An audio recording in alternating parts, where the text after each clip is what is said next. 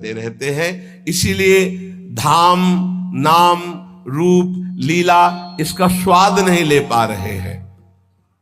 मन पछितई हो भजन बिन कीने।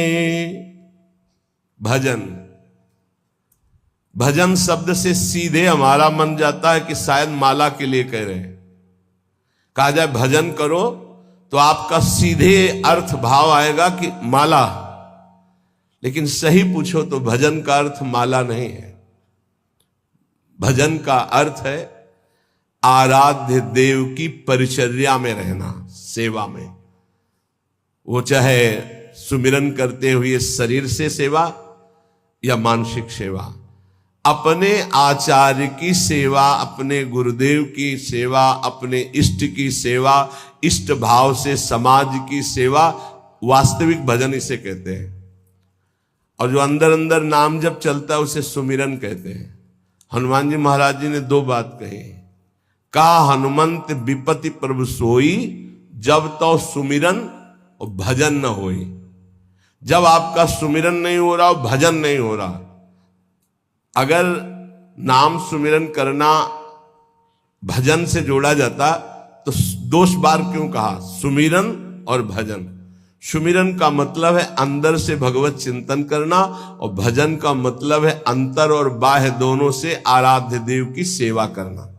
संत सेवा, गुरुदेव सेवा, इष्ट सेवा, समाज सेवा, इसे भजन कहते हैं। ध्यान रखना, कई बार एकांतिक में यही कहा, अपने कर्तव्य का पालन करना ही भजन है। भज धातु सेवायाम, भज का तात्पर्य ही है सेवा। अगर गुरु सेवा, आचार्य सेवा, इष्ट सेवा, समाज सेवा नहीं है तो केवल माला चलाना भजन नहीं कहा जा सकता। भजन का एक अंग है सुमिरन।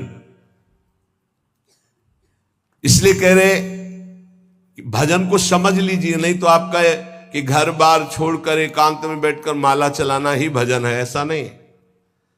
आप पति हैं, आप पत्नी हैं, आप किसी के पुत्र हैं, आप किसी के पिता हैं, आप समाज के एक बहुत बड़े सेवा का अधिकार प्राप्त करने वाले हैं, समाज के एक अंग हैं आप। एक अंग खराब हो जाए तो पूरे शरीर को पीड़ा होती है। ऐसे ही आप, अगर आप सुधर गए, आप अपने अपने धर्म का पालन कर रहे हैं, अपने कर्तव्य का पालन कर रहे हैं, और वो कर्तव्य कर्म प्रभु को समर्पित कर रहे हैं, तो सच्चा मानिए भजन हो रहा है। थोड़ी देर माला चला लिए फिर स्वसुख वांछा में घूमे, मनमानी आचरण किए, इसे भजन नहीं कहते।